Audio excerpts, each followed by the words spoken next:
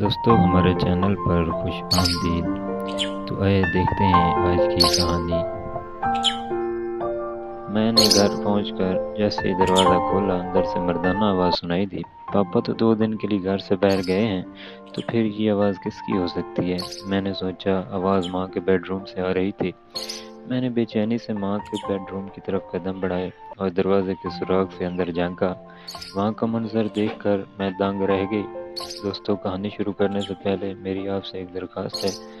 اگر آپ نے ابھی تک میرے چینل کو سبسکرائب نہیں کیا تو ابھی سبسکرائب کریں اور ویڈیو کو لائک ضرور کریں، جس سے آپ کو ایسی مزید دلچسپ ویڈیو دیکھنے کو ملیں گی۔ تو کہانی کو شروع کرتے ہیں۔ میرا نام عائشہ ہے، میری عمر 14 سال ہے۔ میرے خوبصورت نقش نگار، بولتی آنکھیں اور کندھے تک لمبے بال ہمیشہ سب کی توجہ کا مرکز رہے۔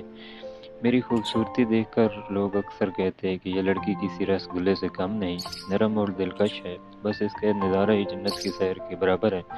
میں جانتی تھی کہ میں خوبصورت ہوں، میری جسمانی ساخت دلکش تھی، اور جیسے ہی مردوں کے منہ سے تعریف سنتی، مجھے اپنا حسن اور بھی شدید طور پر محسوس ہوتا۔ میں دل میں بڑبڑاتی، تم سب میرے لیے مرو تو مرو، میں کسی کے قابو میں آنے والی نہیں ہوں۔ میں آگ ہوں اور آگ کو قابو کرنے کے لیے تمہیں پانی بننا پڑے گا۔ ماں کی آواز نے میرے خیالات کا سلسلہ توڑ دیا۔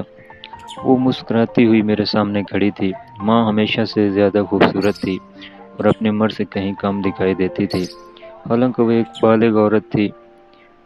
بیٹی آج اسکول نہیں گئی؟ ماں نے پوچھا۔ آج چھٹی ہے، میں نے کہا۔ اس وقت ماں نے گلابی ساڑی پہنی ہوئی تھی، اور جیسے ہی وہ مسکرائی، میں نے محسوس کیا کہ اس کا چہرہ اور بھی دمک اٹھا ہے۔ مجھے ہمیشہ یہی لگتا تھا کہ ماں تب ہی اتنی تیار ہوتی ہے جب جمشید چچا گھر آنے والے ہوتے ہیں۔ ماں کی زندگی میں گرو مانگ کا ایک خاص مقام تھا، لیکن وہ ہمیشہ خاص طور پر جمشید چچا کے آنے پر تیار ہوتی۔ آج بھی ایسا ہی لگ رہا تھا۔ میں نے پوچھا، آج جمشید چچا آ رہے ہیں؟ ماں ہنستے ہوئے کہنے لگی، جاؤ اپنی دوست نور سے ملو۔ میں حیران رہ گئی۔ ماں، آج آپ مجھ پر اتنی مہربان کیوں ہیں؟ آپ مجھے اچانک نور کے گھر کیوں بھیج رہی ہیں؟ میرے ذہن میں بے شمار سوالات اٹھنے لگے، لیکن میں نے پوچھنے کی ہمت نہیں کی۔ بہرحال میں بھی نور سے ملنے کے لیے بے چین تھی، تو میں پیدل اس کے گھر چل پڑی۔ نور کا گھر ہمارے گھر سے صرف 10-15 منٹ کے فاصلے پر تھا۔ جب میں وہاں پہنچی تو دروازہ کھلا ہوا تھا۔ بغیر کسی آواز دیے میں اندر چلی گئی۔ گھر میں نور کی ماں کے علاوہ کوئی اور موجود نہیں تھا۔ عائشہ، اندر آؤ، نور کی ماں نے مجھے دیکھتے ہی کہا۔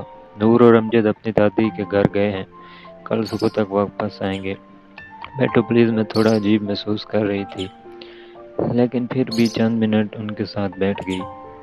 جب خاموشی زیادہ لمبی ہو گئی تو میں اٹھ کھڑی ہوئی اور کہا، آنٹی میں جا رہی ہوں، جب نور آئے تو بتا دیجیے گا کہ میں آئی تھی۔ یہ کہہ کر میں گھر واپس آ گئی۔ گھر پہنچ کر جیسے ہی میں نے دروازہ کھولا، اندر سے مردانہ آواز سنائی دی۔ پاپا تو 2 دن کے لیے گھر سے باہر گئے ہیں، تو پھر یہ آواز کس کی ہو سکتی ہے؟ میں نے سوچا آواز ماں کے بیڈ روم سے آ رہی تھی۔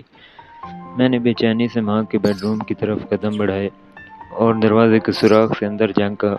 وہاں کا منظر دیکھ کر میں دنگ رہ گئی۔ اندر ماں اور جمشید چچا موجود تھے۔ وہ دونوں بہت خوش دکھائی دے رہے تھے اور ایک دوسرے کی آنکھوں میں محبت سے دیکھ رہے تھے۔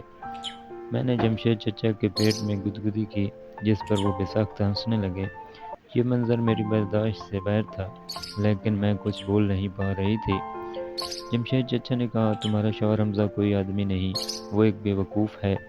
جمشید چچا کی بات پر ماں ہنسنے لگی۔ حمزہ تو بس ایک پردہ ہے جس کی آڑ میں تمہارے ساتھ ہوں۔ میں جانتی ہوں کہ ایسے شوہر کو کس طرح اپنی انگلیوں پر نچانا ہے۔ میں نے زندگی میں پہلی بار اتنا جاندار اور جوشیلا منظر دیکھا تھا۔ دل میں ایک عجیب سا احساس تھا، ماں کسی اور کے ساتھ خوشی کے لمحات گزار رہی تھی، اور یہ بات میرے لیے بہت تکلیف دہ تھی۔ اگر یہ سب وہ میرے والد کے ساتھ کر رہی ہوتی تو شاید مجھے اتنی تکلیف نہ ہوتی، لیکن یہاں معاملہ بالکل مختلف تھا۔ اسی لمحے میں نے دیکھا کہ دونوں تھک کر الگ بیٹھ گئے، جیسے دو شکاری ایک دوسرے سے جنگ لڑ کر آرام کر رہے ہوں۔ میں نے ہاتھ کا اشارہ کیا اور کہا، یہاں میرے پاس آؤ۔ جمشید چچا اٹھ کر جانے لگے، لیکن ماں نے ان کا ہاتھ پکڑ کر کہا، کیوں دل بھر گیا ہے؟ ابھی رک جاؤ، عائشہ آ گئی تو مشکل ہو جائے گی۔ جمشید چچا کے تھکے ہوئے لہجے میں کہا، ٹھیک ہے اب بند کرو، کہیں عائشہ واپس نہ آ جائے۔ میں نے کہا، عائشہ تو اپنے دوست کے گھر گئی ہے، وہ ابھی واپس نہیں آئے گی۔ لیکن میں نے یہ بات سن لی تھی اور میرے جسم میں ایک سرد لہر دوڑ گئی۔ میں فوراً اپنے کمرے کی طرف بھاگی اور بستر پر گر گئی۔ دل میں عجیب سا غصہ اور الجھن تھی۔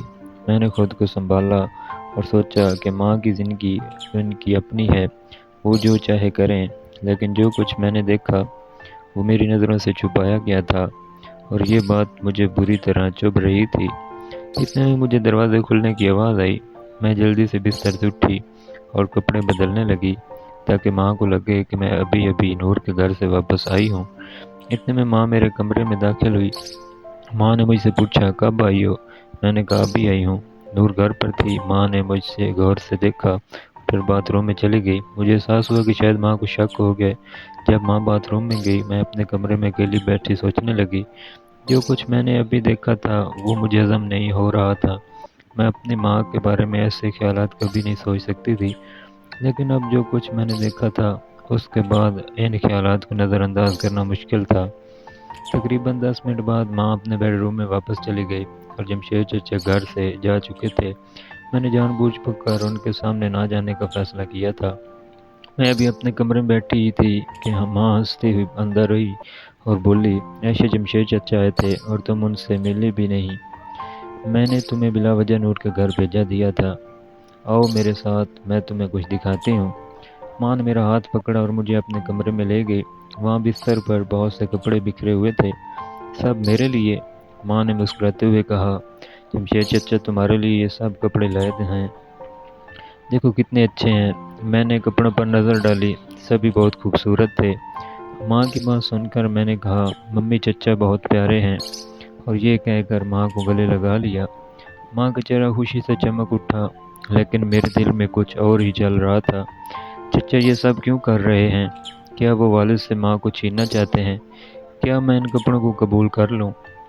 مجھے محسوس ہوا کہ ماں شاید ان تحفوں سے مجھے اپنے حق میں کرنا چاہتی ہے۔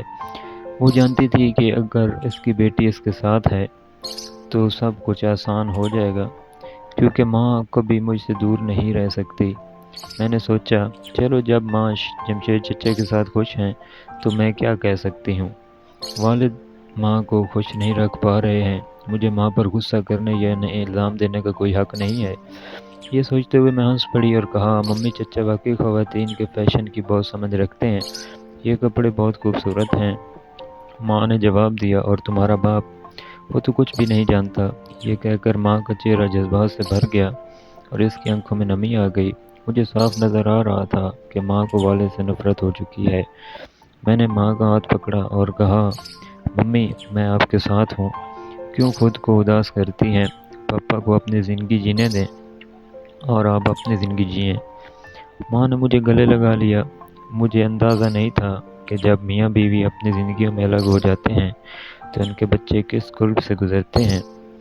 میں نے سوچنا شروع کیا، جب والد کام کے سلسلے میں باہر جاتے ہیں تو وہ کیا کرتے ہیں؟ شاید ان کا بھی کسی اور سے تعلق ہو، لیکن میں نہیں جانتی۔ اب میں صرف اپنی ماں کو غلط کیوں سمجھوں؟ والد بھی شاید قصوروار ہوں۔ اس خیال نے میرے دل میں ایک نیا سوال پیدا کر دیا اور میں خاموشی سے اپنے کمرے میں واپس چلی گئی۔